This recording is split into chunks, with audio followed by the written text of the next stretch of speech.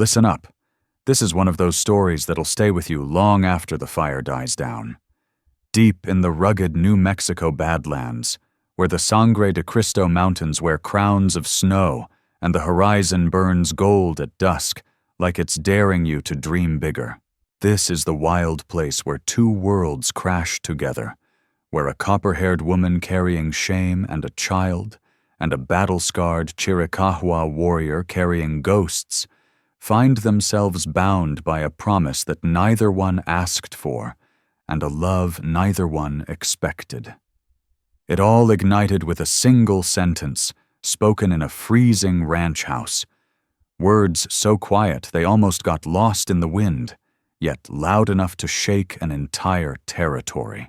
Before we ride headlong into this sweeping saga of passion, vengeance, and a family forged in fire, hit that like button and let me know in the comments. Where are you joining us from tonight? The snow drifted down like quiet confessions across the Sangre de Cristo peaks, turning the raw New Mexico frontier into a scene of frozen beauty and unforgiving cruelty. Rowan Vale stood beside her father's fresh grave, her black mourning dress a sharp slash against the endless white, one-year-old jet veil clinging to her hip. The little boy was far too young to grasp that the grandfather who'd tossed him in the air just 3 days earlier now rested under 6 feet of hard-packed earth. Colonel Gideon Rook had been larger than life, a broad-shouldered, iron-willed force with a voice that could silence a cavalry charge and eyes that had witnessed too much blood. He'd wrested a kingdom from this brutal land, 2,000 acres of prime grassland, 300 head of longhorn cattle, 60 horses bred from the finest stock, and a name that carried weight from Santa Fe clear to Fort Union. Men admired him. Some feared him. None crossed him and lived to brag about it. Rowan had been his greatest joy and his deepest wound. At 19, she carried hair the color of sun-struck copper and eyes like moss under frost. Green shot through with gray that changed with every shift of her heart. Before Jet, before the scandal, folks called her the finest young lady the territory had ever seen. Schooled, polished, tough as rawhide, yet refined with that Eastern grace her father insisted on. The colonel had shipped her off to a Boston finishing school, hell-bent on making sure his daughter rose above the dust of ranch life. She came home educated, accomplished, and pregnant, unmarried. The cavalry lieutenant from Fort Union who'd sworn eternal love vanished the moment the colonel got wind of it, transferred to Wyoming faster than a prairie fire. Whether cash or threats sealed the deal, Rowan never learned. All she knew was the man who'd promised marriage melted away like frost at dawn, leaving her with a growing belly and a shame that scorched hotter than any New Mexico sun. The colonel's disappointment had been a living weight, cold and heavy as lead. He still put down lame horses without hesitation, but he never once told her to give up the baby, never once showed her the door. He simply thickened the armor around his heart and dared the whole damn territory to speak ill of his girl. Most folks kept their mouths shut. The Rook name still commanded respect, and the colonel still carried a loaded Winchester. But silence isn't the same as welcome. Rowan felt the stares slide away in the general store, the conversations that died when she stepped into church, the invitations that never arrived. She'd become a shadow in her own town. There, but invisible, known but never truly accepted. And now her father was gone, stolen by a fever no amount of grit could outlast. In 3 brutal days, pneumonia turned the legendary Colonel Rook into a wheezing, fever-dream shadow. In his last moments, he'd gripped her hand with surprising strength and rasped, "I've made arrangements. You'll be safe. Trust him." She hadn't understood until the burial was done, and the lawyer from Santa Fe read the will in the ranch house parlor. Everything, the land, the herd, the horses, went to Rowan, with one iron condition. She was to stay under the protection and direction of Thorne until she either married a decent man or turned 25, whichever came first. Thorn would run the ranch, manage the hands, and keep both Rowan and Jet safe. In plain words, Thorn would hold the reins of her life. Rowan stared at the lawyer, stunned. "This can't be legal." "It's all above board, Miss Vale," the lawyer muttered, shifting papers with obvious unease. "Your father was very clear. He felt you'd need safeguarding, considering your situation." "My situation," Rowan echoed, her voice cutting like shattered glass. "You mean my illegitimate child and my ruined name?" The lawyer winced. "Miss Vale, please!" "Where is he?" Rowan shot to her feet, making the lawyer flinch. "Where's Thorn right now?" "Right here."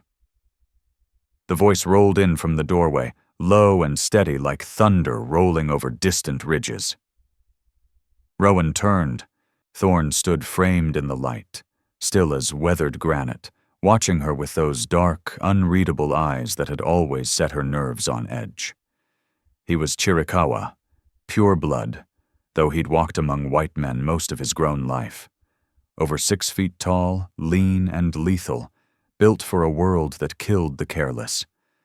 His midnight black hair hung long, tied back with a rawhide thong. His face was all hard angles, high cheekbones, a mouth that looked like it had forgotten how to smile, a wicked scar sliced from his left temple down to his jaw, a memento from violence he never spoke of. Rowan hated to admit it, but the man was dangerously handsome, the kind of looks that made proper ladies hurry to the other side of the street while saloon girls leaned out windows to watch him ride past. And he was the last soul on earth she wanted holding the keys to her future. "This is absurd," she snapped, aiming the words at the lawyer but pinning her gaze on Thorn. "I can run my own ranch just fine." "Your father didn't see it that way." Thorn's tone carried no malice, only plain truth. "He made me swear an oath." "An oath to who? A dying man's fever dream?" Something flashed in Thorn's eyes, anger, maybe hurt, but it vanished before she could name it. "An oath to the man who pulled me back from death's door," he said quietly. "Gave me honest work when no one else would. Treated me like a man when the rest of this territory saw nothing but a savage to fear or pity." Heat flooded Rowan's face. "I didn't say, you didn't have to." Thorn stepped forward, his movements smooth and economical. "Every time you look at me, I see the same thing I see in every other pair of eyes in this territory. You see an Apache. You see an enemy. You see something less than human." "That's not," she started. But he was already closer, close enough that she felt the weight of his presence. "Your father knew how you felt. He also knew you needed protection, whether you wanted to admit it or not. So he made me promise. And I keep my promises." Thorn stepped fully into the parlor, his stride smooth and measured, like a predator conserving energy. "You've always meant it," he said, voice low and even. "Every glance you throw my way carries the same look I get from the rest of this territory. You see an Apache. You see a threat. You see something that doesn't belong in your world." "That's not," Rowan began, but the denial caught in her throat. Thorn closed the distance another step. Rowan fought the instinct to retreat. There was a raw, coiled power in the way he moved. Grace edged with danger, the kind that whispered of battles fought and enemies left behind. Those hands, loose at his sides now, had once gripped weapons meant to end lives without hesitation. "Your father knew exactly how you saw me," Thorn continued. "He also knew this land would chew you up without someone watching your back, whether you liked it or not. So he extracted a promise from me, and I don't break promises." The lawyer cleared his throat, eager to escape the thickening tension. "Perhaps we could move on to the practical details." "There's nothing to discuss," Rowan cut in, ice in her tone. "I'll fight this will in court." "You'll lose," Thorn replied flatly. "Your father made certain of that. And while you burn money and time in some Santa Fe courtroom, Winter will dig in deeper. The ranch will bleed. Cattle need feeding. Horses need breaking. The north pasture fence is rotting. Come spring, we'll lose half the herd to strays if it isn't fixed. South barn roof's got 3 holes big enough to drop a calf through. And there are men, respectable white men, who are already circling like buzzards, waiting for you to stumble so they can pick the bones of what your father built. Rowan stared, stunned by the blunt catalogue of disasters she hadn't even known were piling up. I can hire hands. With what? Thorne's gaze never wavered. Your father's accounts are scraped clean. He poured every last dollar into doctors and tonics trying to beat the fever. You've got land and stock, but cash? Next to nothing. Winter's barely started. Spring's 4 months out. You gonna keep this place afloat that long with no money coming in? The words hit like hammer blows. Rowan dropped back into the chair, exhaustion crashing over her like a cold wave. Jet sensed the shift in his mother's mood and started to fuss, small whimpers pressing against her shoulder. Thorne's hard expression eased, just a flicker, almost invisible. I'm not your enemy, Rowan. I'm trying to help. By taking over my life, by chaining me to a promise you made my father, by guarding me and my son until I'm strong enough. Her voice cracked on the last words. He paused, something raw flickering in those dark eyes. It doesn't have to be war between us. I'll run the ranch, keep the wheels turning, make sure there's money when spring roundup hits. You take care of Jet. Mourn your father. Figure out what kind of future you want. But if you fight me every step, you'll only make this harder. For both of us. Thorne turned toward the door, then stopped. Your father loved you, Rowan. Every decision he made, including the one you hate, was because he loved you. Maybe keep that in mind when you're cursing his name. He walked out without waiting for a reply, boots silent on the plank floor despite his size. The lawyer snatched up his papers with visible relief, mumbled something about documents needing signatures, and all but bolted from the house. Rowan sat alone in the dim parlor, cradling Jet, staring at the empty doorway where Thorne had stood. Outside, snow kept falling, each flake piling onto the heavy burden already crushing her shoulders. She had never felt more caged in her life. The days that followed settled into a tense, uneasy rhythm. Thorne moved back into the small cabin 50 yards from the main house, the same rough-hewn place he'd called home for the last 5 years while working for the colonel. He was up before first light, checking the herd, mending fences, smashing ice in the troughs, directing the 3 loyal hands who'd stayed on after the colonel's death. From her windows, Rowan watched him, resentment burning as she saw how effortlessly he handled jobs that looked impossible to her. He made brutal work look almost simple. The endless labor, the sharp-eyed vigilance, the 100 small choices that kept the ranch alive through a merciless New Mexico winter. She tried to keep her distance, answering him with clipped courtesy whenever their paths crossed. But Jet had no such reservations. The boy was captivated by Thorne. Whenever the Apache came close, hauling firewood, inspecting the chimney, bringing supplies from town, Jet would toddle toward him, arms outstretched, babbling with pure delight. "Da," he'd crow. "Da." Rowan would correct him sharply. "Not da, Jet," scooping him up before he could reach the man. But Jet's 1-year-old stubbornness won out. He kept reaching for the tall warrior who'd become a quiet fixture in his small world, and Thorne, despite Rowan's obvious disapproval, couldn't seem to resist.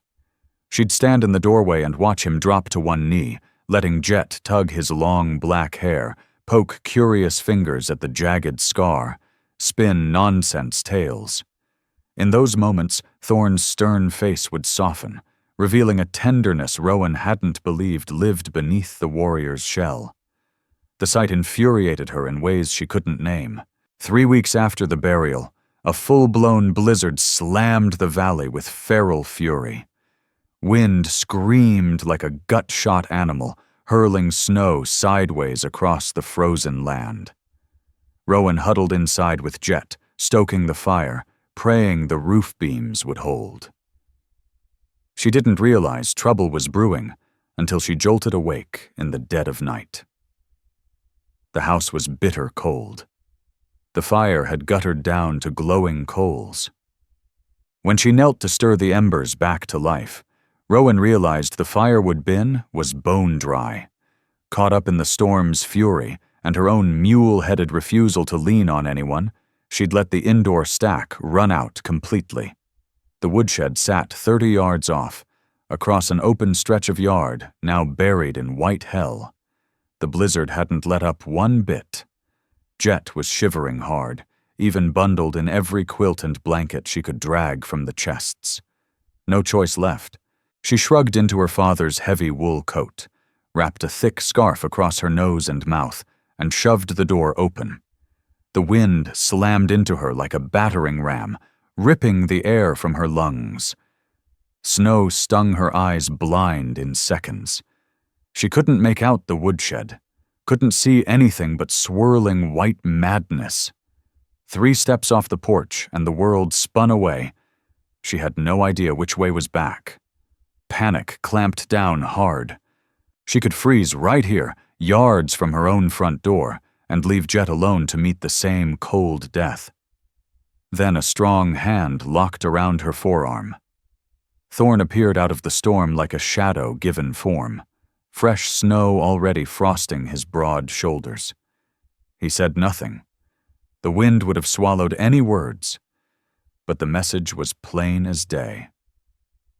He tugged her back toward the house, grip solid yet careful, his wide frame cutting the worst of the gale so she could draw breath again. Once inside, he eased her down near the failing fire, then vanished back into the whiteout. She heard him come and go several times, each return dumping an armload of split wood by the hearth. He moved like a machine, rebuilding the blaze until flames roared high and hot, sealing drafts at the windows with quick fingers, checking the chimney flue for blockages. The commotion woke Jet. He crawled straight to Thorn and latched onto the man's pant leg with plump little fists. Thorn glanced down, and Rowan caught something cross his face that squeezed her heart. Not exactly yearning, but damn close. It was the look of a hard man who knew exactly what it meant to ache for family, for a place to belong, for the plain comfort of being needed by someone small and trusting. He reached down and tousled Jet's soft hair with a gentleness that didn't match the rest of him. Then he straightened and met Rowan's eyes for the first time since the storm began. "I had no choice," he said quietly. The boy was freezing. "You could have knocked. My cabin's right there. I would have hauled the wood myself. I don't need rescuing every damn time. Pride'll kill you faster than cold out here." Thorn started for the door, then paused. "Your father understood that. He knew real strength isn't turning help away. It's having the guts to take it when you need it." He stepped back into the storm before she could answer, disappearing toward his cabin like smoke. Rowan sat by the crackling fire, Jet in her arms, staring at the neat stack of wood Thorn had brought. Enough to carry them 3 days. Easy. Something tight and stubborn deep in her chest gave its first small crack. January bled into February, and the cold sank its teeth deeper. Rowan had been born and raised in this territory, but she'd never really felt its teeth until now.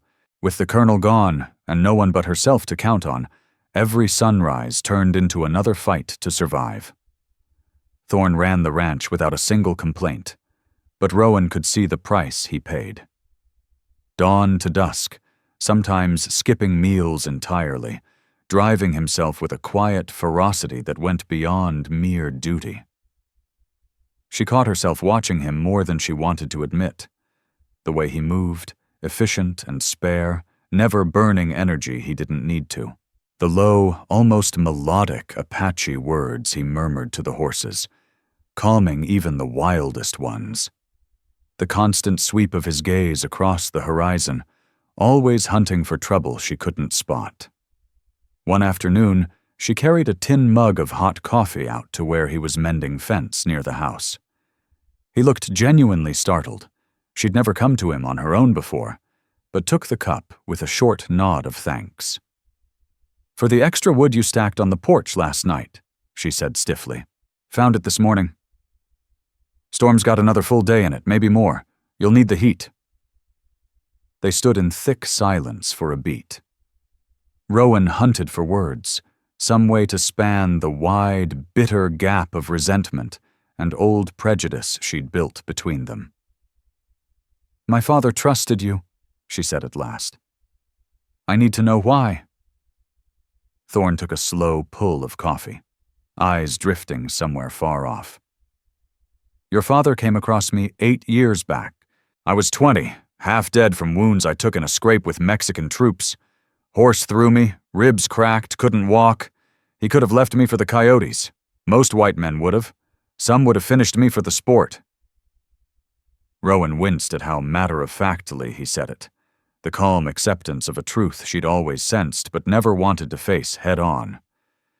Instead, he hauled me to the ranch, got the doc to patch me up, gave me a roof while I healed.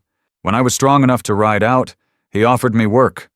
Said he needed a man who knew this country, who could track, who could guard what was his. Thorn's jaw tightened. I figured it was some kind of trap at first. Waited for the knife in the back, never came. He just treated me like a man. Not an Apache, not an enemy, just a man who could pull his weight and do the job right. He never told me any of that. He wouldn't. Your father didn't go around trumpeting his good deeds. He did what he thought was right, and let the rest of the world think whatever they wanted. He never made a show of his decency, just did what felt right, and let the world spin its own opinions. Rowan looked at Thorn, really looked at him for the first time. Past the warrior's hard shell, past the scars and the lethal ease of his movements, she saw a man who'd carried heavy losses, a survivor of things she could only imagine in nightmares, someone who'd carved out a reason to stand guard over this unforgiving stretch of earth. "The promise my father asked of you," she said slowly, words careful. "You could have walked away, refused. You could have ridden out the day he died." "I could have." Thorn met her gaze, and the steady fire in those dark eyes stole her breath for a heartbeat. "Because I keep my word, and because—" He broke off, something raw flickering across his face before he locked it down. "Because you and Jet deserve a fair shot at safety, at a life that isn't all struggle. Your father handed me that chance once. I'm paying it forward." He turned back to the fence, clearly done talking, hands already moving over the wire with practiced skill. Rowan stood frozen a long moment, the coffee pot growing cold in her grip, watching the steady rhythm of his work. That night, for the first time since the colonel's passing, she left her bedroom door unlatched. She told herself the lock was sticking again, that it had nothing to do with Thorn's words still ringing in her ears, or the way his steady presence had started feeling less like chains and more like cover from the storm. She told herself a lot of things that night. None of them rang entirely true. February offered no mercy from winter's stranglehold, but it did bring company. Rowan was kneading bread dough, flour dusting her arms to the elbows, when hoofbeats drummed across the frozen yard, 3 riders pushing hard. She wiped her hands on her apron and stepped to the window. Her stomach dropped when she recognized the man in front. Harlan Voss owned the big spread to the east, 5,000 acres of prime graze he'd snapped up through sharp deals and colder threats. 60 years old, well-fed, widowed, and he'd made his designs on Rowan Plain long before the colonel drew his last breath. "Miss Vale?" Voss called, as he swung down with the smooth habit of a man who'd spent decades in the saddle, though his thickening middle said those days were fading fast. He carried the kind of rugged handsomeness that came from power more than looks, presence that filled the yard, confidence that edged close to arrogance. "Hope we're not interrupting," he said, smile never touching his eyes. His two hands, brothers Draven and Cade, stayed mounted, faces hard, eyes watchful. Rowan stepped onto the porch, pulling her shawl tight against the bite. "Mr. Voss, what brings you out in this freeze?" "Neighborly concern, of course." Voss's tone dripped false warmth. "We heard about your father. Damn shame. The colonel was one of a kind." He was. And now here you are, alone with a little one, trying to hold down an outfit this size. He shook his head, all exaggerated pity. "It ain't right, ain't fitting. A young woman in your position shouldn't be saddled with this kind of load." Rowan's jaw clenched. "I'm handling it just fine. Thanks all the same." "Are you?" Voss's eyes raked the ranch with cold calculation. Fences falling apart. South Barns weathered bad. Winter's barely halfway done. How in hell do you plan on pulling off spring roundup and branding? "I've got help." "You mean the Apache?" Voss's lip curled like he'd tasted something rotten. "Rowan, may I call you Rowan?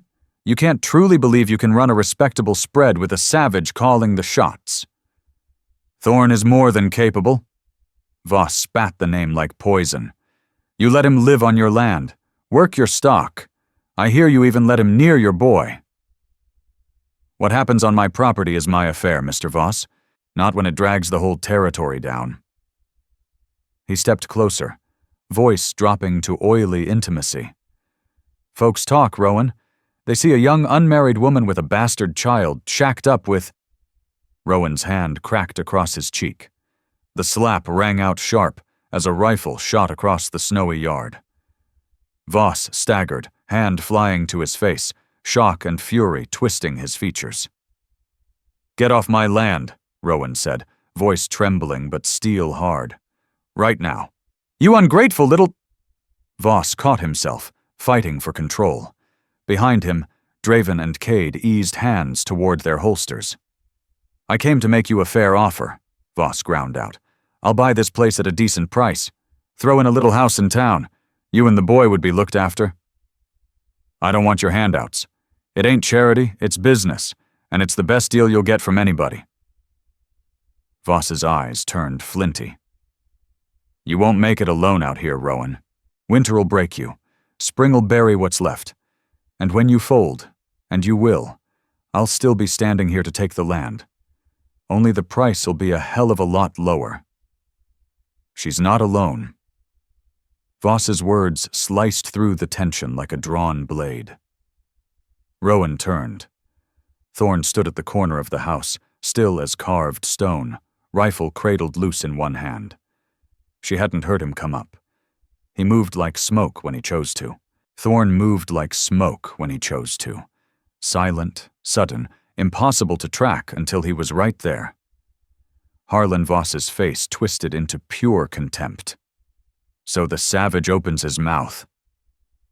"Tell me something, Apache," Voss sneered. "You really think the colonel's girl wants your brand of protection? You got any idea what folks are whispering about her cooped up here with you?" "I know exactly what men like you whisper." Thorn advanced, each step measured and deliberate. "I also know Rowan owns this land fair and legal. She didn't invite you, and you're not welcome anymore." Draven, the older brother, spat a stream of tobacco juice into the snow. "You got some brass, Injun, talking to a white man that way." "I've got the brass to guard what's mine to guard." Thorn's gaze never wavered from Voss. "Right now that includes asking you, nice and polite, to ride out before I make you ride out." "That a threat?" Voss's hand drifted toward his holster. Thorn's rifle snapped up in one smooth arc, barrel centered dead on Voss's chest. "It's a promise." Time stretched thin. No one breathed. The wind screamed across the open ground, whipping snow devils that spun between the frozen figures. Rowan's heart slammed against her ribs like a trapped animal. She'd seen violence before. Her father putting down lame stock, cowboys slugging it out behind the saloon. But this was different. This felt like teetering on the lip of something black and final. Then Voss barked a laugh, hollow and humorless. "You're gonna regret this, Rowan. Both of you." He swung back into the saddle with rough force. "This territory ain't got room for squaw men and their red pets. You'll figure that out the hard way." He yanked his horse around and spurred hard, his hands peeling off after him in a spray of snow. Rowan and Thorn stood without speaking until the riders vanished over the eastern ridge. "You shouldn't have done that," she said quietly. "Done what? Kept a man who wants more than your land from getting too close? Pulled a rifle on him, made an enemy out of the biggest rancher around." Thorn eased the Winchester down, a faint spark of amusement crossing his usually stone-carved face. "Voss was already our enemy. I just put it in writing." "This isn't a joke, Thorn. He's got pull. He's got men. He could make things hell for us." "Let him try." Thorn started toward the barn, then stopped. "Rowan, what he said about the talk, about you living here with me, he ain't wrong. The gossip's gonna get uglier before it fades. I don't give a damn what people say." "You should. If not for yourself, then for Jet's sake." His voice dropped, almost gentle. "If my being here is making your life harder, say the word. I'll find a place off the spread till spring. I can still run the ranch, check in every day. But if I'm hurting you more than helping—" "No." The word burst out sharper than she meant. She drew a shaky breath, startled by the sudden knot of fear at the thought of him gone. "No, you're not leaving. My father trusted you. I'm starting to trust you too, and anybody who's got a problem with that can—" "Can what?" A small smile tugged at her lips, surprising even her. "Can get the hell off my land." Something shifted in Thorn's eyes. Not quite a smile, but close enough to steal her breath.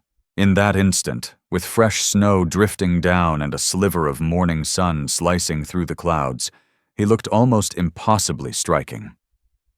"Your father would be proud," he said softly. "Standing up to Voss like that, slapping a man twice your size square in the face." "I probably shouldn't have." "Probably not. Still damn impressive." This time Thorn's smile broke through, just a small lift at the corner of his mouth. But it changed his whole face. "The colonel always said you had your mother's fire. I'm starting to see it for myself." He turned and walked toward the barn before she could answer, vanishing inside to tend the horses. Rowan lingered on the porch, absently touching the palm that still tingled from the slap, feeling the faint sting linger. Inside, Jet's cries rose. He'd woken from his nap to the shouting. She hurried to him, scooping the boy into her arms and holding him close, breathing in the warm, sweet smell of his baby-soft hair. "It's okay, little man," she whispered against his head. "Mama's right here. Everything's gonna be all right." But as she rocked him gently, her thoughts weren't on Voss or the confrontation. They were on the way Thorn had stepped between her and danger without a second's hesitation. The way he'd offered to leave if his presence brought her pain. The way that rare, quiet smile had sparked something warm and alive in her chest, cutting straight through the winter chill. She was beginning to understand why her father had placed his faith in this man. And far more terrifying, she was beginning to understand why that faith felt less like a chain and more like a lifeline. The days after Voss's visit turned taut as a bowstring. Thorn moved through his chores with sharper eyes, rifle always close, gaze sweeping the horizon every few minutes. He rode into town and hired 2 more hands, older cowboys, grizzled and steady, men who'd ridden for the colonel years back and still carried loyalty like a brand. Thorn brought on 2 more hands from town, grizzled old-timers named Buck and Tate, men who'd ridden for Colonel Rook back when the brand still meant something ironclad. They took up posts along the property lines, eyes sharp, rifles ready, helping patrol the ridges and fence lines against whatever Harlan Voss might throw their way. Rowan caught herself staring at the eastern ridge day after day, half expecting to see Voss's riders crest the hill with trouble in tow. But the days dragged on without incident. Snow kept drifting down in soft, relentless sheets. Cattle bunched together in the pastures for warmth, breath steaming like smoke signals. Ranch life settled back into its hard winter cadence. Feed, check, mend, endure. One evening, Rowan was stirring supper over the stove when a sound stopped her cold.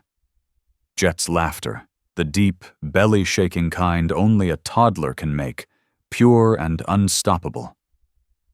She moved to the window and peered out. Thorn stood in the yard, lifting Jet high and tossing him gently skyward, catching him every time with sure hands. The boy shrieked with joy each flight, tiny arms waving like he was flying for real. The fierce Apache who'd stared down Harlan Voss without blinking was playing like any father might. Simple, unguarded, tender. Without a second thought, Rowan snatched her shawl and stepped outside. "You'll wear him out," she called. "He's got plenty left in him," Thorn replied, catching Jet one last time and settling the giggling boy on his broad shoulders. "Like his mother, I reckon. Fighting everything, even when rest would be smarter." "I don't fight everything. You fought me tooth and nail for 6 solid weeks. Still are, though not as fierce lately." A spark of something, maybe humor, glinted in Thorn's dark eyes. "You brought me coffee yesterday. Let me stack wood on your porch without a word. Even said thank you twice. I've always been polite. You've been cold. There's a difference." Thorn eased Jet down to the snowy ground, where the boy immediately started chasing falling flakes with chubby hands. "But you're thawing," Thorn said quietly. "Like this land'll thaw come spring. Slow, steady, inevitable." Heat climbed Rowan's cheeks despite the chill. "Don't read too much into common decency. I'm Apache. We read everything. It's how we stay breathing." They stood side by side in the dying light, watching Jet play as the sun slipped behind the peaks and painted the snow in gold and rose. The beauty stung. Harsh country that could kill you 1 minute and steal your heart the next. Rowan spoke before she could stop herself. "You had real family before this life." Thorn's face grew distant, eyes fixed on the horizon. "Born up in the Chiricahua Hills, my father led warriors. Mother healed. 2 brothers, 1 sister. We followed the old ways, hunted with the seasons, raided when we had to. We were free." "What happened?" "What always happens. Soldiers came, fighting, disease, betrayal from the ones sworn to shield us." His voice stayed level, but Rowan heard the old ache buried beneath. "I watched my father take a bullet meant for me, saw my mother and sister vanish on the long walk to the reservation. Brothers scattered. Don't know if any still breathe." "I'm sorry." "Don't be. Pity cuts deeper than hate." He turned to face her directly.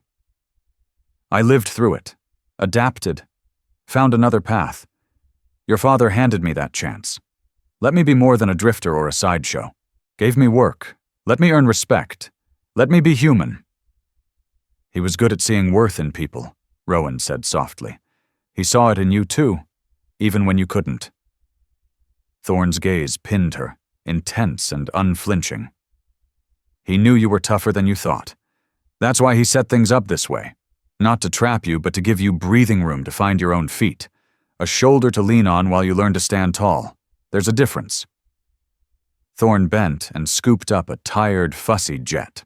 "The Colonel didn't think you were weak. He thought you were hurt, and hurt things need time to mend before they can fight again." He passed Jet to her. Their hands brushed in the exchange. Brief, but the contact sent a jolt through her. Thorn's palms were warm against the cold, rough from endless labor, yet gentle in a way that surprised her.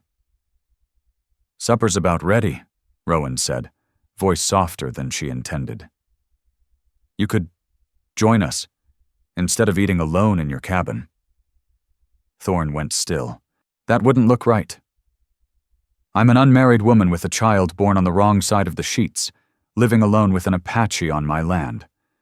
Propriety left the station months ago." A low sound escaped him, almost a laugh, startling in its warmth. "The colonel warned me you were stubborn. And yet here you are. And yet here I am." He glanced toward his cabin, then back at her.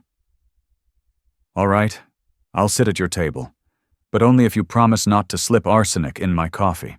"I make no promises."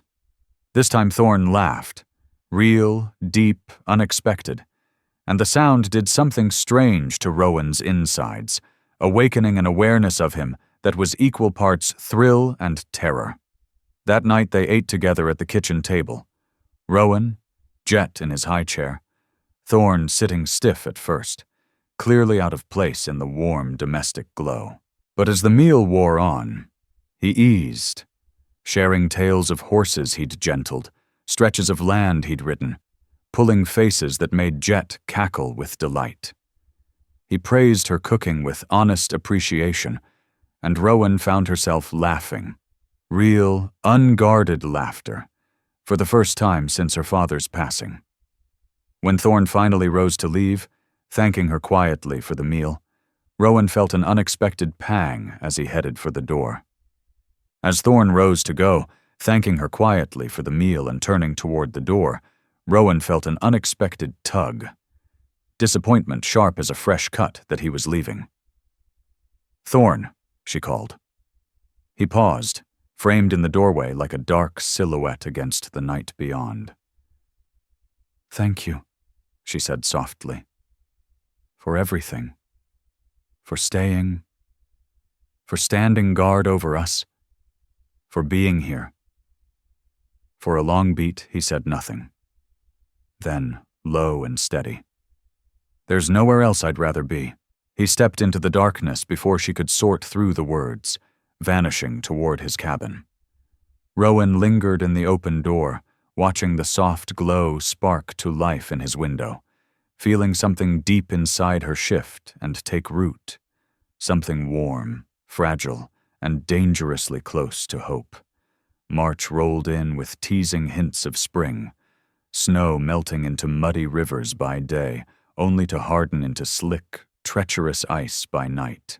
It was a treacherous stretch, the cattle still gaunt from winter's bite, horses restless in their pens, everyone's nerves worn thin from endless cold and cabin fever. Thorn had been right about Harlan Voss. The trouble started quiet at first. Fence posts snapped clean through, hard to prove sabotage over weather. Then 2 calves vanished from the south pasture without a trace. Whispers spread in town like prairie fire. Rowan Vale living in sin with her Apache foreman, letting the savage share her bed while her innocent boy watched. She tried to shrug off the talk, but it wore on her. The general store owner's wife turned her away cold.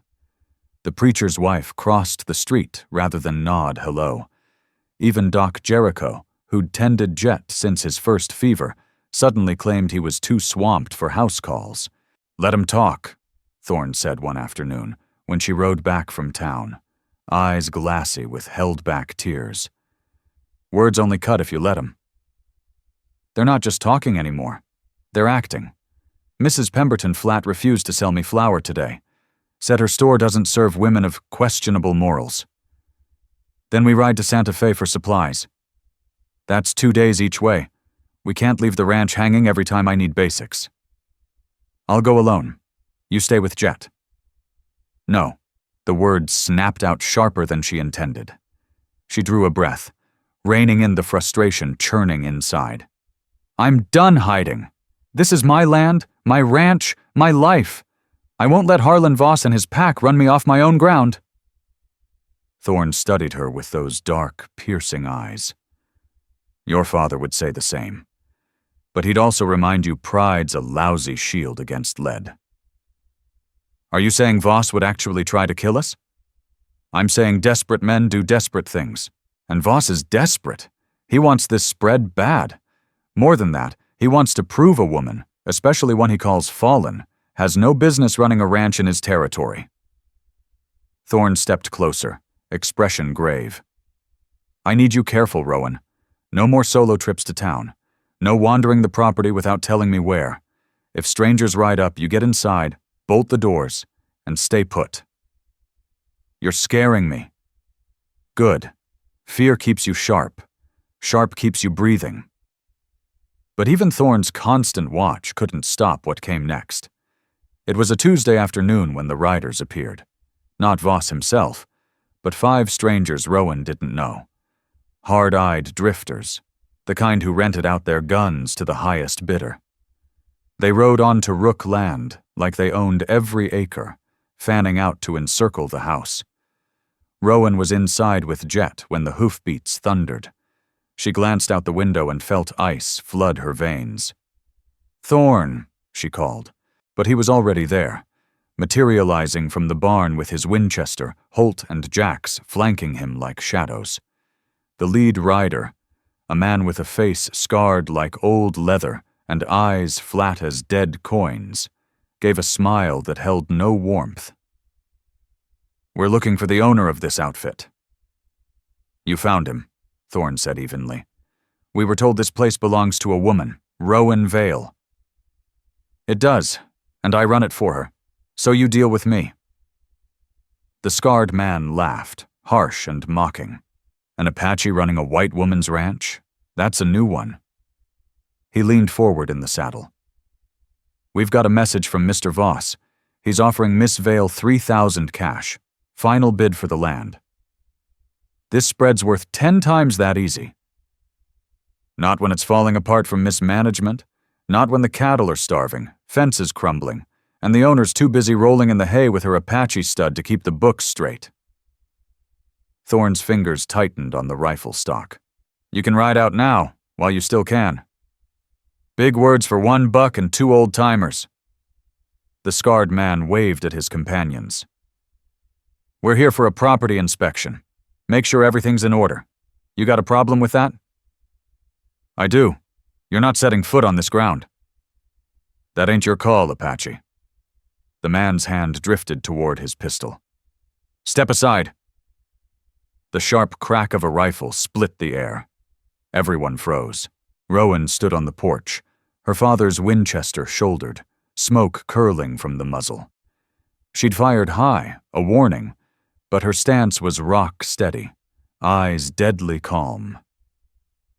This is my land, she said, voice ringing clear across the yard, and I'm telling you to leave, right now. The scarred man's eyes narrowed. You just fired on armed men, Miss Vale. That ain't smart. Neither is trespassing. I know the law. I've got every right to defend what's mine. And right now, all 5 of you are 30 seconds from learning how well my father taught me to shoot. She worked the lever with a sharp metallic snap, chambering another round that echoed in the cold silence. The scarred man stared at her a long moment, reassessing. Then he smiled. Cold, cruel, the kind that crawled under the skin. Mr. Voss figured you might be stubborn. He'll be sorry to hear it. He reined his horse around. You've got till month's end to rethink his offer, Miss Vale. After that, the price drops, and other measures get taken. The 5 riders turned and walked their mounts out slow, making it plain they weren't running, just choosing to go. Rowan held her ground until they vanished over the rise. Then her knees buckled. She sank onto the porch steps, the Winchester clattering beside her, hands shaking like leaves in a gale. Thorn was there in a heartbeat, dropping to one knee in front of her, hands firm on her shoulders. Rowan, look at me. She lifted her eyes to his, finding worry there, and something brighter, almost pride. You did good, he said quietly. Held your ground, didn't let him see you shake. I'm shaking now. That's fine. The trick is saving the shakes for after, not during. His grip tightened, warm and steady. But Rowan, that was dangerous. If they'd pushed your bluff. It wasn't a bluff. Her voice steadied. I'd have dropped them if they'd tried coming through my door. Thorn stared at her, something new shifting behind his eyes. I believe you would have. My father taught me to shoot when I was 12. Said any woman on the frontier better know how to protect her own. He nodded slowly, respect deepening in his gaze. A woman on the frontier needs more than a rifle. She needs the will to use it, and you've got that in spades. Rowan's voice trembled, but held steady.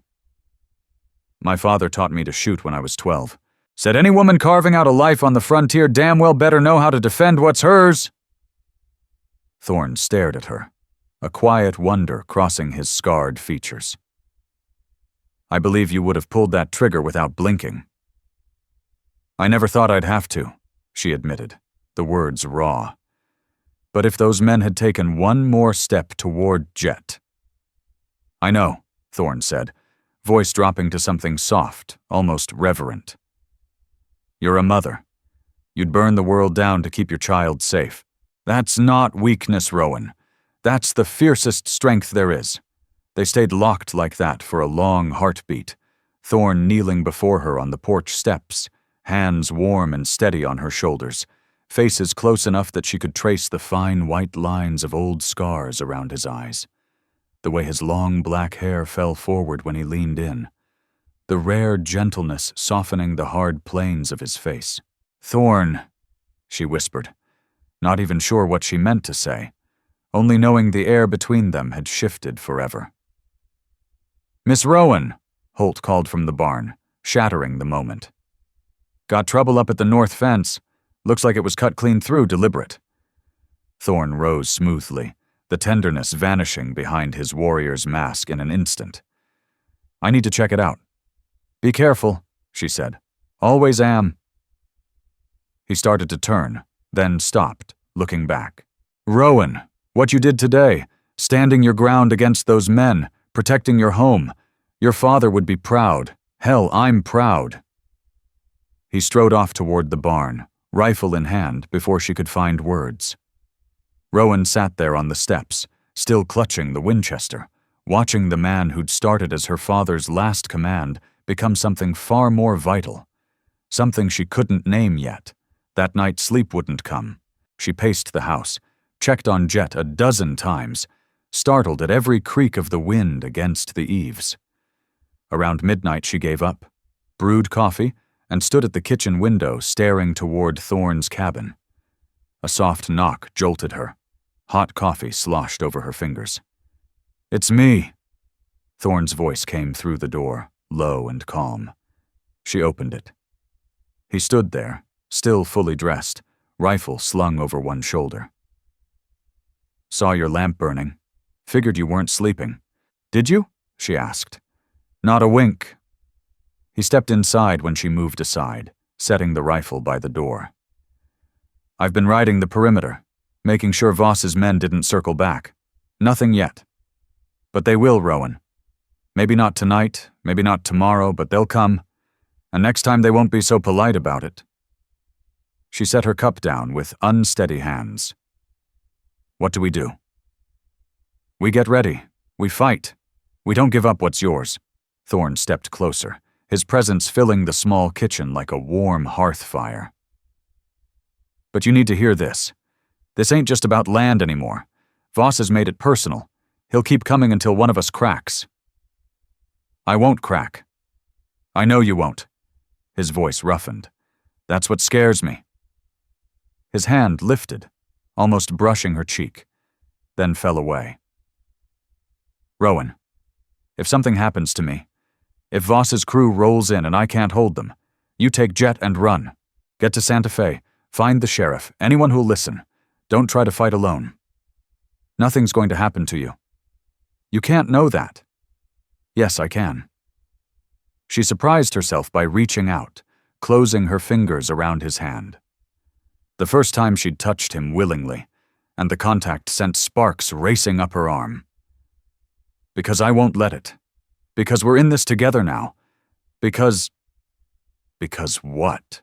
Thorne asked quietly. She looked up into the face of this scarred, fierce warrior who'd become her shield, her anchor, her unexpected light in the dark.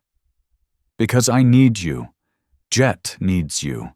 And I think maybe you need us too. Thorn's fingers tightened around hers. In the soft lamplight, his eyes were midnight black, yet warm like sun-baked earth. I gave your father my word.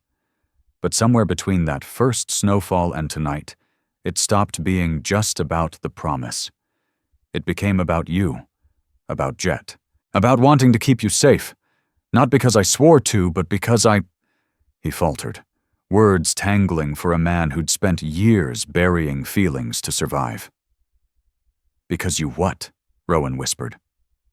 Because you've become my family, Thorn said, voice barely above a breath. The family I thought was gone forever. The belonging I never figured I'd find again. And the idea of anything happening to you or Jet, it scares me worse than any enemy I ever faced. Tears stung Rowan's eyes. Thorn, I know what it means to be seen with an Apache in this territory. I know it paints a target on your back, gives men like Voss more ammunition. His voice scraped raw now, emotion bleeding through the cracks. If you told me to go, really told me, not in anger but because you needed it, I'd ride out. Your safety, your happiness, Jet's future, those matter more than any oath or feeling I carry.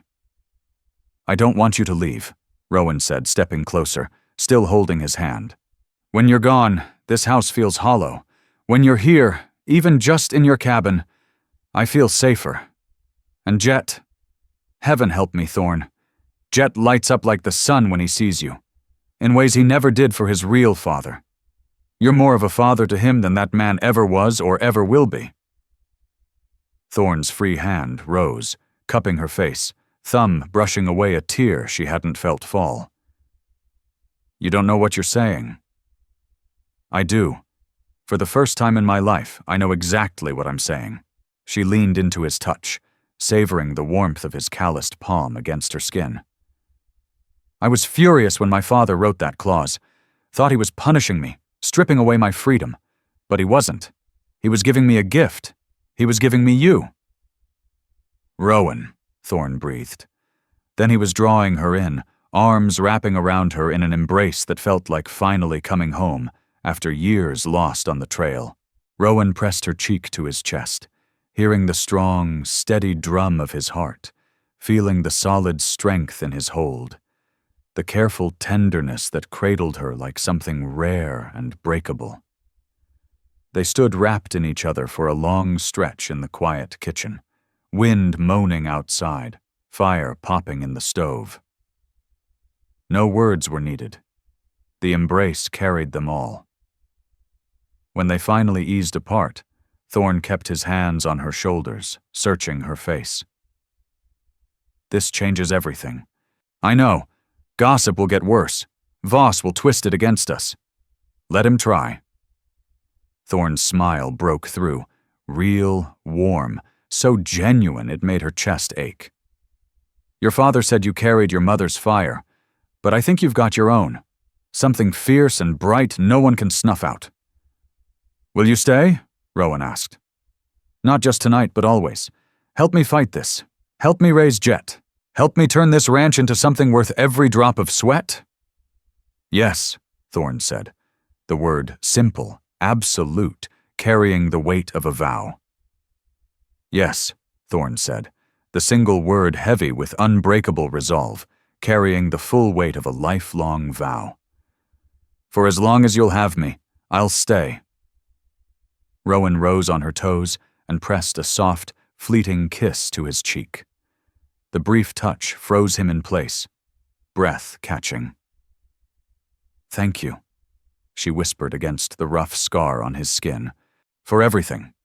She stepped back quickly, before she could do something reckless like kiss him properly, or confess how deeply this quiet, dangerous man had gone from an unwanted obligation to the one thing keeping her world from falling apart. Thorn left soon after, returning to his night patrol, but the air between them had changed irrevocably. They had crossed an invisible line, given voice to feelings that could no longer be ignored. As Rowan finally slipped into bed, bone-tired yet strangely lighter, She let herself think about tomorrow without the familiar choke of despair. Whatever came next, they would meet it side by side. The attack struck on a moonless Tuesday night in late March, the wind already carrying the faint green promise of spring. Rowan jolted awake to the sharp, acrid smell of smoke. For a heartbeat, she thought it was a dream. Then the crackle reached her ears. Orange light flickered through the window, and pure terror ripped through her like a lightning strike. Fire. She lunged from bed, scooping Jet from his crib, bundling him in blankets as she bolted for the door. Smoke poured under the frame, thick and choking. She flung the door open and froze. The barn was an inferno, flames clawing skyward like hungry fingers. In the hellish glow she saw riders, 6, maybe 7, circling the house on horseback, whooping like demons, one hurling a torch onto the roof of Thorne's cabin. "No!" Rowan screamed, but the roar of fire and thunder of hooves swallowed her voice. Then Thorne appeared, stepping out of the smoke like vengeance made flesh, rifle already raised. He fired twice in rapid succession. 2 riders jerked and tumbled from their saddles. The rest scattered, widening their circle, returning fire. A bullet splintered the doorframe inches from Rowan's head, showering her with wood chips. "Get back inside!" Thorne bellowed, eyes locked on the attackers. "Lock the door! The cabin doesn't matter! Keep Jet safe!" Rowan stumbled backward, slamming the door and throwing the bolt. Gunfire cracked outside, men shouted, horses screamed in panic. Jet wailed in her arms, terrified by the noise and the stinging smoke. She backed into the farthest corner from the windows, clutching her son tight, praying to a god she hadn't spoken to in months. "Please don't let Thorne die. Please keep us safe. Please." The shooting swelled to a furious storm. She heard barked orders, Thorne's voice cutting through the chaos with sharp commands to Holt and Jax, who'd come running from the bunkhouse. A scream of pain ripped the night, friend or foe she couldn't tell. Then, abruptly, silence fell. Worse than the gunfire. Rowan crouched in her corner, holding Jet close, listening to the hungry crackle of flames and the nervous whinny of horses. Minutes stretched like hours. A knock at the door made her heart lurch. "Rowan, it's me. Open up." She scrambled to her feet, nearly dropping Jet in her haste to slide the bolt. Thorne stood on the porch, soot-streaked and bloodied, some of it his own, a ragged gash along his left arm.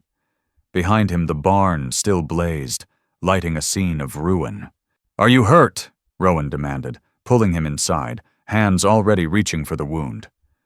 "Just a graze," he said, eyes raking over her and Jet with frantic intensity. "You're both all right? No hits?" "We're fine. What happened? Where are they?" "Dead or running. 2 down. The rest broke when they saw we'd fight back." He winced as she probed the cut. Voss's men. Had to be. This wasn't random. "Your cabin's gone. The barn, too." Thorne's jaw clenched, rage barely leashed. "They came to burn it all, to prove you're not safe here." "Then they failed," Rowan said fiercely, already ripping strips from her petticoat to bind his arm. "I'm still standing, and I'm still not selling." Thorne caught her hands, stopping her. "Rowan, this was attempted murder. They tried to burn us alive in our beds. This isn't intimidation anymore. Voss has decided if he can't buy the land, he'll take it by force. Then we fight him." "With what?" His voice cracked with frustration. "Against hired killers and a crooked system that'll never take the word of an unmarried woman and an Apache over a respectable rancher? I can shield you from bullets, Rowan. I can't shield you from the law." "Then we go to Santa Fe, to the territorial governor, to the army if we have to." Rowan finished tying the bandage with hands that barely shook. "My father bled for this territory. He earned this land with blood and honor.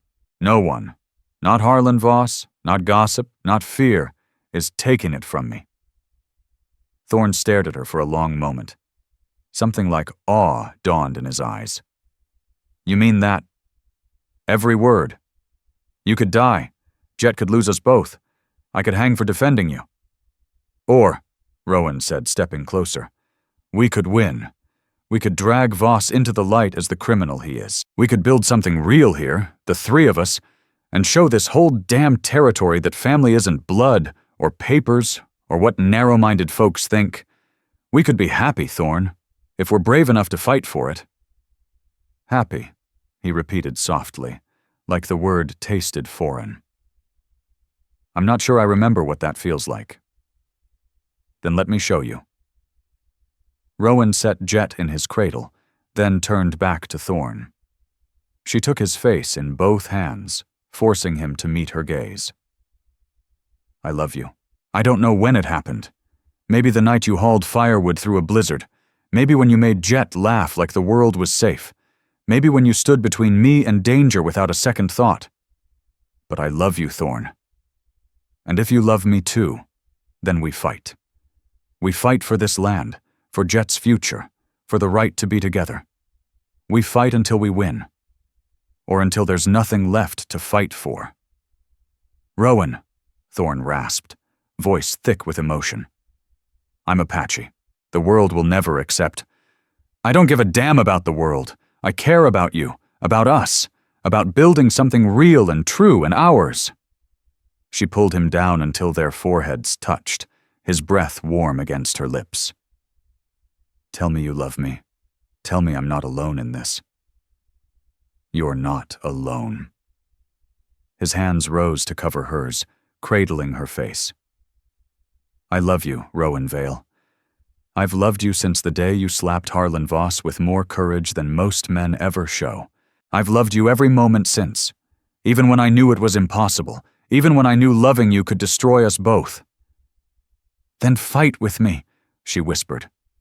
Not as my protector or my father's obligation, as my partner, my equal, my... She didn't finish.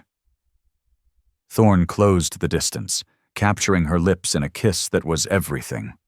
Fierce and tender, desperate and gentle, full of months of longing, fear, and hope finally set free.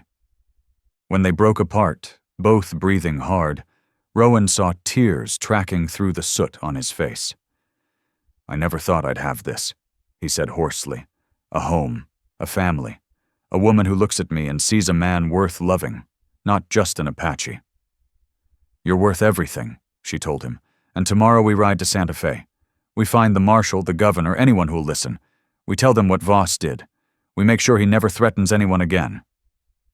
And then? Thorn asked. Then we come home. We rebuild the barn, fix the fences, raise cattle and horses and Jet.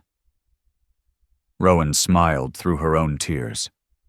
And maybe, if you want, we give him a brother or sister, a family of our own choosing. Thorn's arms tightened around her. A family of our own choosing, he echoed. I liked the sound of that. They stood together in the smoke-filled house, holding each other while Jet slept nearby, unaware that his mother and the man who would become his true father had just made a promise that would change everything forever.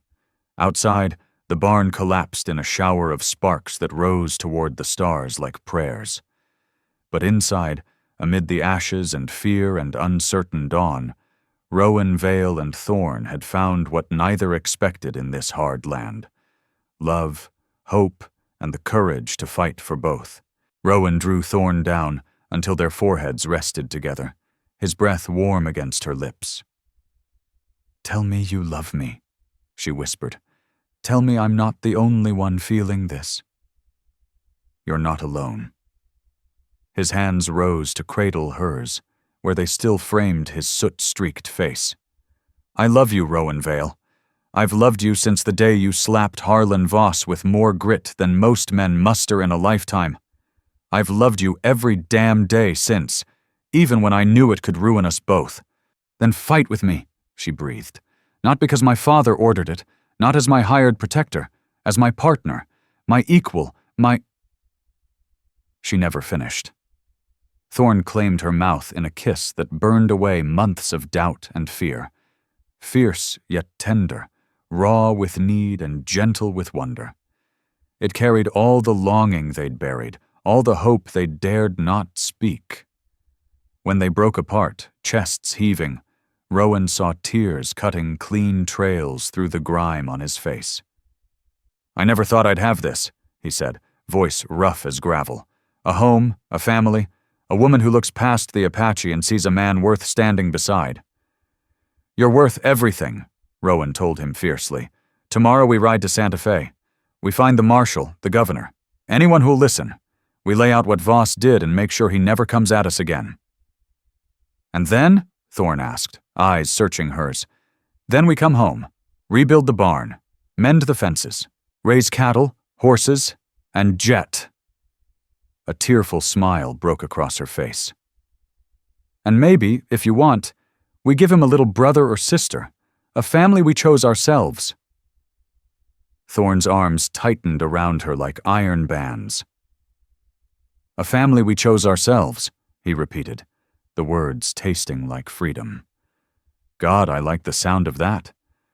They stood wrapped together amid the smoke and ruin, Jet sleeping peacefully nearby, oblivious to the vow that had just reshaped their lives. Outside, the barn finally gave way with a roar and a burst of sparks that climbed the night sky like desperate prayers.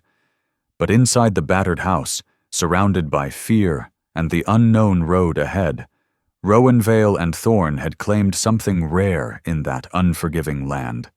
Love fierce enough to fight for, hope strong enough to build on. The trip to Santa Fe took 3 hard days. Rowan, Thorne, and Jet rattled along in the ranch wagon, Holt and Jax riding escort. Witnesses and guards rolled into one. The territorial capital buzzed with trade and politics, a pocket of order carved out of the wild. They went straight to Marshal Creed's office.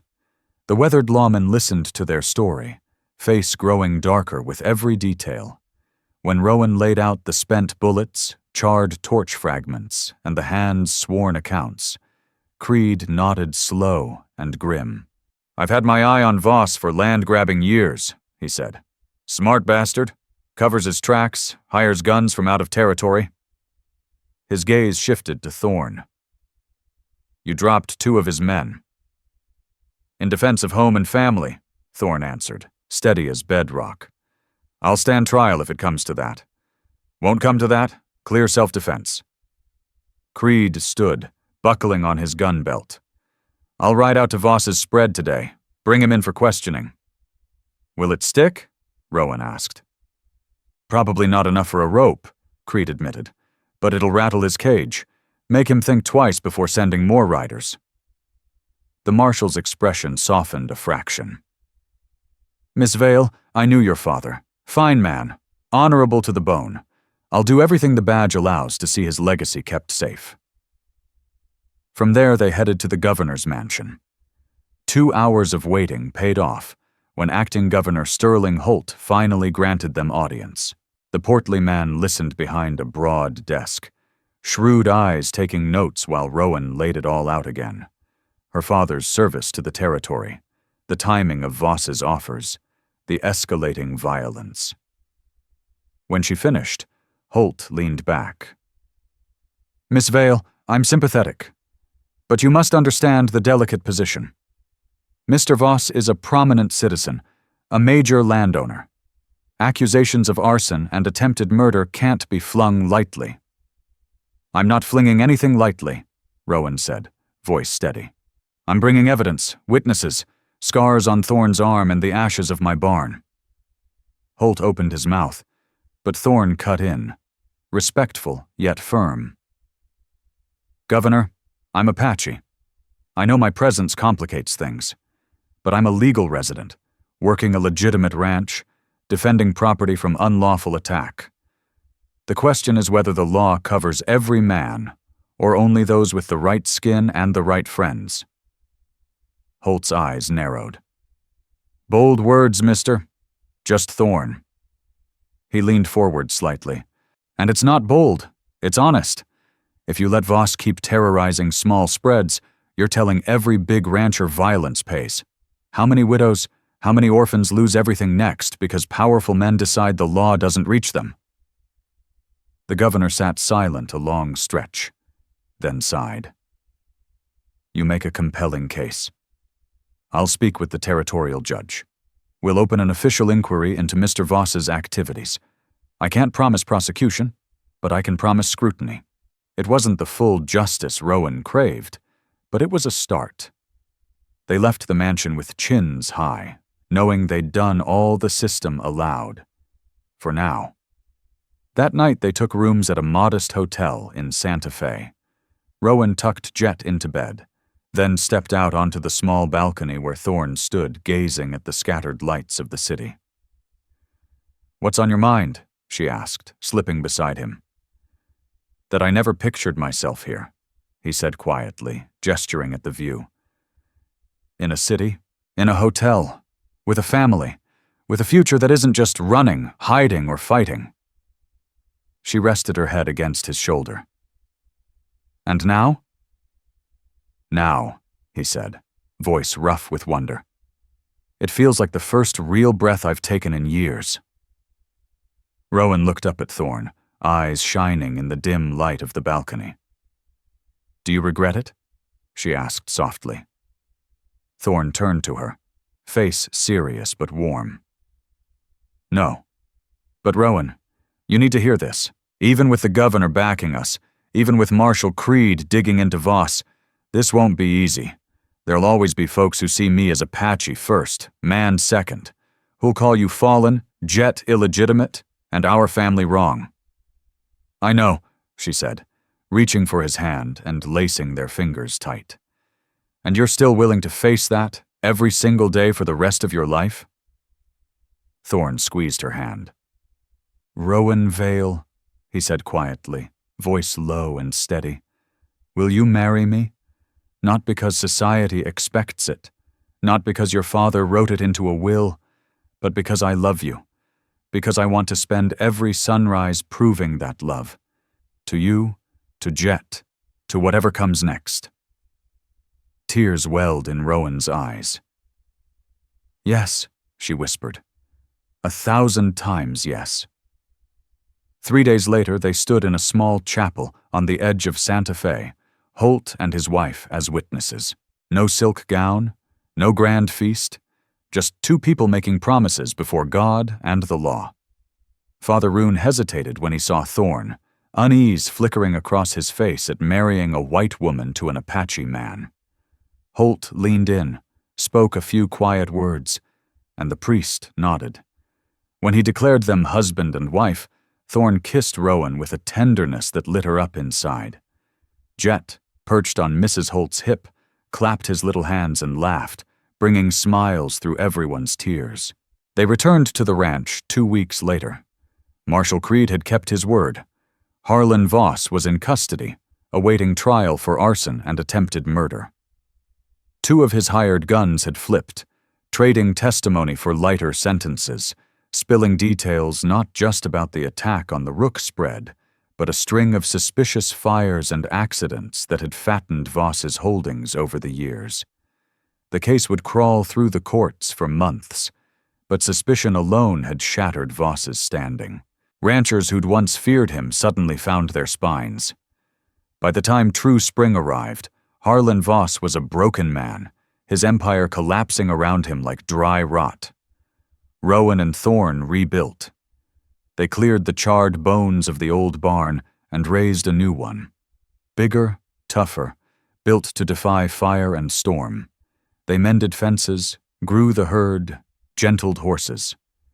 The work was grueling, but they did it side by side, true partners in every way that mattered. Jet grew strong and bright, toddling everywhere with his father's shadow close behind. Thorne taught him Apache words alongside English, showed him how to honor the land and the animals, made sure he understood family wasn't born in blood. It was forged in love, choice, and unbreakable commitment. The other hands, good men who'd witnessed the attack and seen Thorne's courage, treated him with the respect he'd earned. When spring brought new hires, they quickly learned the Rook Ranch was different. Here an Apache could be foreman, here a woman could run a thriving outfit. Here old rules didn't hold. By summer, Rowan was carrying their child. One evening they sat on the porch, watching Jet chase fireflies in the yard, the sun sinking behind the mountains in streaks of gold and crimson. "You're sure?" Thorn asked, his hand sliding instantly to rest on her still flat stomach. "Doc Jericho confirmed it yesterday in town." Rowan covered his hand with hers. "Are you happy?" "Happy doesn't touch what I feel." His voice thickened with emotion. "A child of our own, a brother or sister for Jet, a future we built with our own hands." Rowan leaned against his shoulder. "I was thinking, when this little one comes, when our family's complete, maybe we make it official. Legally adopt Jet. Give him your name beside mine. Make him ours in every way the law can." Thorn went still for so long she feared she'd crossed a line. Then she felt warm drops on her hand. He was crying, silent tears that spoke of old wounds finally closing, of belonging finally claimed. "Jet Thorn Vale," he murmured. "It sounds right. It sounds perfect." They sat together as night fell, watching their son play, feeling the new life stir between them. They had built something rare and unbreakable, a family forged in fire, tested by hate, and strengthened by a love that refused to bend. Harlan Voss's trial came in October, when the cottonwoods turned gold and the first bite of winter hung in the air. Rowan and Thorn attended every session, Jet between them, showing the territory they wouldn't be shamed or scared off. The evidence was crushing.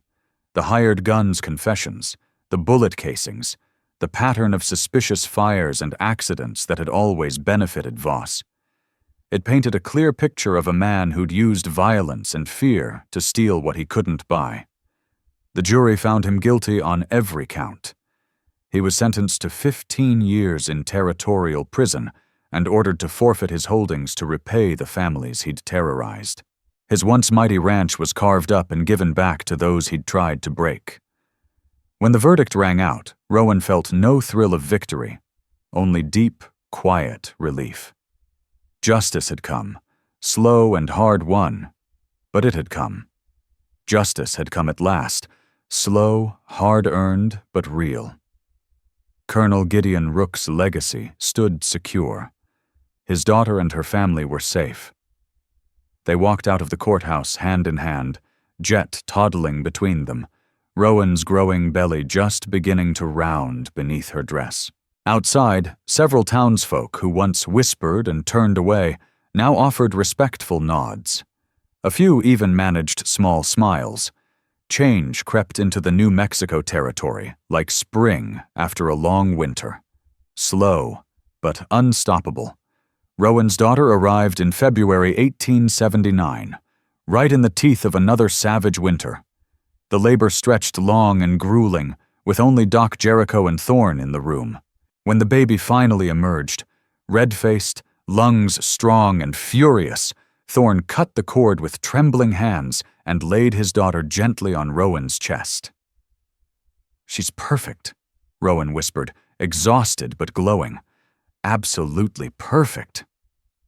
"Like her mother," Thorn murmured, pressing a kiss to Rowan's damp forehead. "What's her name?" Rowan gazed down at the tiny, fierce life they'd created together. "Sarah," she said softly. "After my mother, Sarah Margaret Rook." "Sarah Margaret?" Thorn repeated, touching one miniature hand with a careful finger. "Welcome to the family, little one. Welcome home." Jet was allowed in once Rowan had rested. He toddled over, eyes wide with wonder, staring at his new sister. "Baby," he announced proudly, as though he'd ordered her himself. "That's right," Thorn said, lifting the boy so he could see better. "Your little sister. Your job is to watch over her, teach her to be strong and brave like your mama." "Like Papa," Jet corrected, patting Thorn's scarred cheek with innocent affection. Thorn went still, eyes meeting Rowan's over the children's heads. They'd never coached Jet to say the word. It had simply grown, natural and true, over the months. "Yes," Thorn said, voice thick. "Like Papa." Rowan watched her husband cradle their children. The fierce warrior turned gentle father, and felt a wholeness she'd never known existed. This was love. This was family. Not flawless, not approved by every narrow mind in the territory, not without scars and struggles, but honest, deep, and theirs. Spring arrived late that year, but when it finally broke, it remade the land in glory. Snow crowns melted from the peaks. Wildflowers rolled across the valleys in purple and gold waves. Cattle fattened on fresh grass. Horses galloped free in pastures that reached toward endless horizons. On a warm April afternoon, Rowan stood on the porch of their rebuilt and expanded ranch house, watching Thorn school a young stallion in the training corral. Jet perched on the fence rail, yelling encouragement. Little Sarah slept in a basket at Rowan's feet, tiny fists curled tight. This was her life now, her family, her land, her future, built not on society's rules or what folks said was possible, but on what her heart had always known. Love outlasts prejudice, courage outruns fear, and family is what you choose to fight for, not what others decree. Colonel Gideon Rook had whispered a dying promise to his daughter. She would be protected. He'd kept that vow by sending Thorn, an Apache warrior, to guard what mattered most. But even the colonel couldn't have foreseen that his final command would become the greatest gift he ever gave. Not mere safety, but true partnership. Not obligation, but love. Not chains, but choice. Rowan had chosen Thorn. Thorn had chosen her. Together they'd chosen a path that laughed at convention and embraced what could be. On that spring day, with her husband gentling horses, her son cheering like a little cowboy, and her daughter dreaming peacefully, Rowan Vale understood something bone deep. Promises born in desperation can bloom into blessings beyond dreaming. The snow had melted. Winter had passed. In its place, spring bloomed forever. Not just across the land, but in the hearts of 3 souls who'd crossed impossible divides to build something no force on earth could shatter. A family tied not by blood or law, but by a love that conquered everything. Thorn glanced up from the corral, caught her watching, and gave that rare, genuine smile that always transformed his face. Rowan's heart swelled so full she thought it might burst. She smiled back, raising a hand in a small wave. He nodded once, a quiet acknowledgement, a silent vow. "I'm here. I'm yours. Forever." Jet shouted something about the stallion being the fastest in the whole territory. Sarah stirred in her basket, letting out soft baby coos. And Rowan Vale stood on the porch of what had once been her father's ranch, now hers and Thorn's, watching the life they'd fought for and built together, knowing this was exactly what the colonel had wanted all along. Not just survival, joy, not just protection, love. Not just existence, a life worth every battle, every scar, every sunrise celebration. The promise had been simple. Keep her alive. Thorn had given her so much more. He'd given her reasons to truly live. And in the years ahead, as Jet grew into a strong young man who walked easily between Apache and white worlds, as Sarah became a fierce young woman carrying her mother's fire and her father's quiet strength, as more children filled their home with laughter and life, Rowan would look back on that snowy graveside day when she'd thought everything was ending. She'd been wrong. Her life had only just begun, and it was more beautiful than she ever could have dreamed.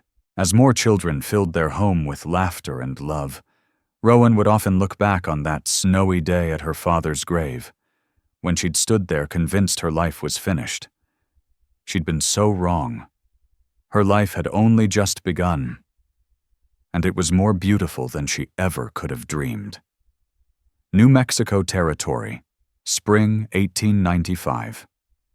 Rowan stood at the edge of the north pasture, watching the sunset wash the Sangre de Cristo Mountains in soft rose and molten gold. Her copper hair now carried silver threads.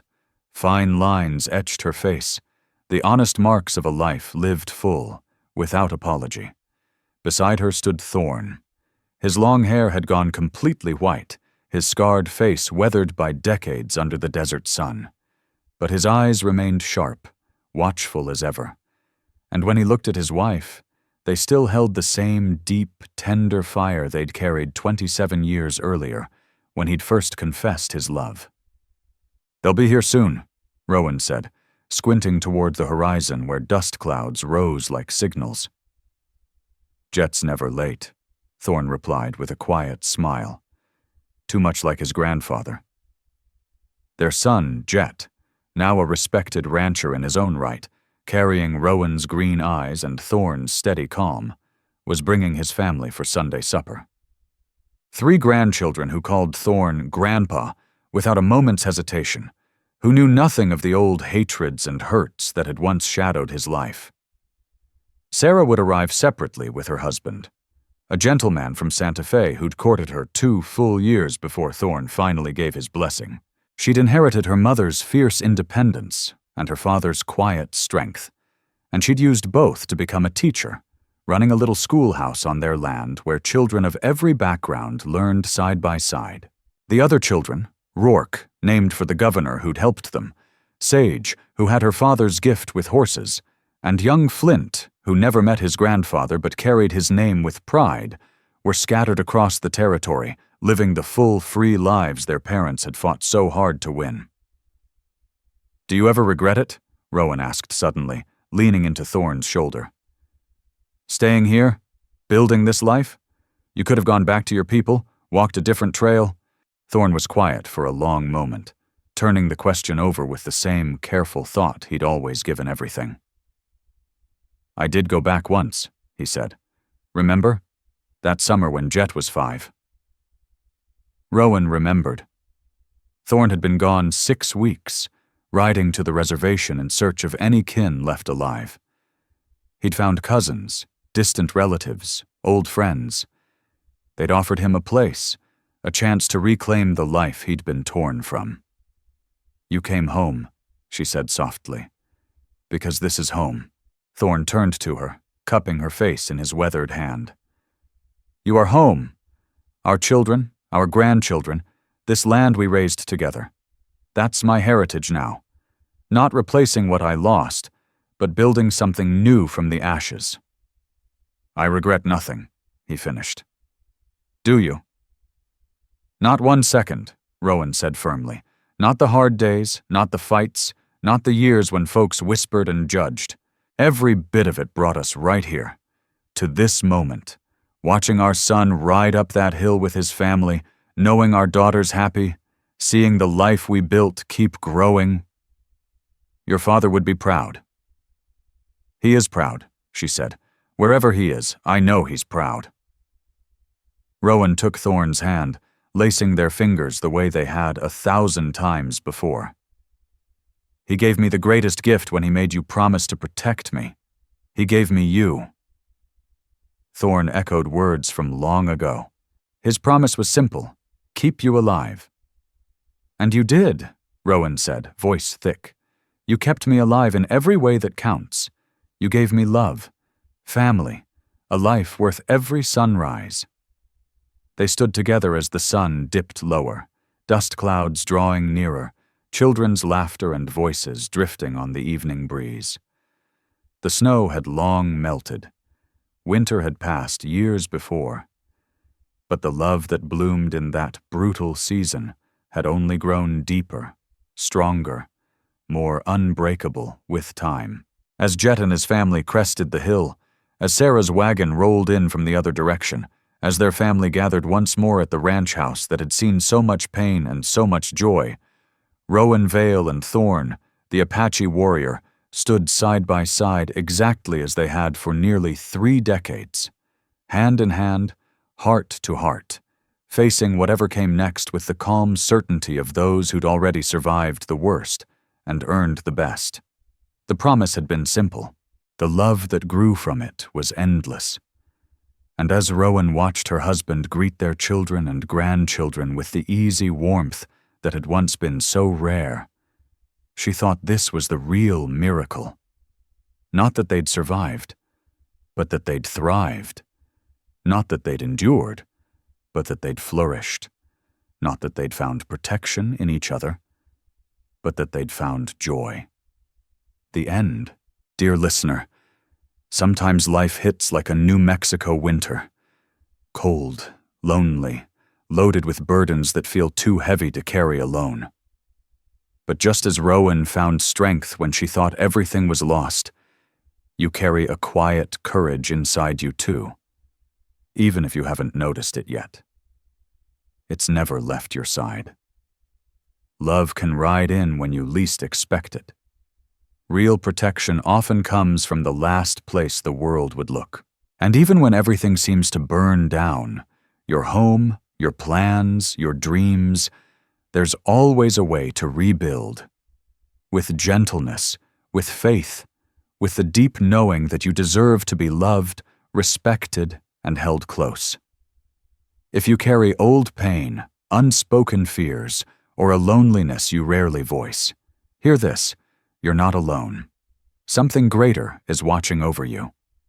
And this story of snow, loss, healing, and love found came to you tonight for a reason. To remind you it's never too late to start again. Sleep peacefully tonight with a lighter heart. May Rowan's courage, Thorn's fierce love, and the quiet promise that light always returns after darkness wrap around you. May your dreams be gentle, and may tomorrow bring more peace than yesterday ever took. Finally, let me send my deep thanks to you. We appreciate you more than you think. If this tale stirred something deep inside, we invite you to remain part of this frontier of memories. More true stories of honor, compassion, and destiny are waiting for you here. Subscribe, share, comment, and thank you for riding with us today. Aviso legal barra disclaimer. Our content is designed for artistic and entertainment purposes and may reinterpret historical themes using fictional touches. We apply AI tools thoughtfully, only to support production, while keeping human supervision over editing, emotional tone, and narrative coherence. We always comply with regulatory guidelines for AI-based media and avoid deepfake practices or identity manipulation. All supporting components remain legally sourced. Please ask for authorization before sharing or adapting any segment. Your respect makes it possible for us to continue telling meaningful stories.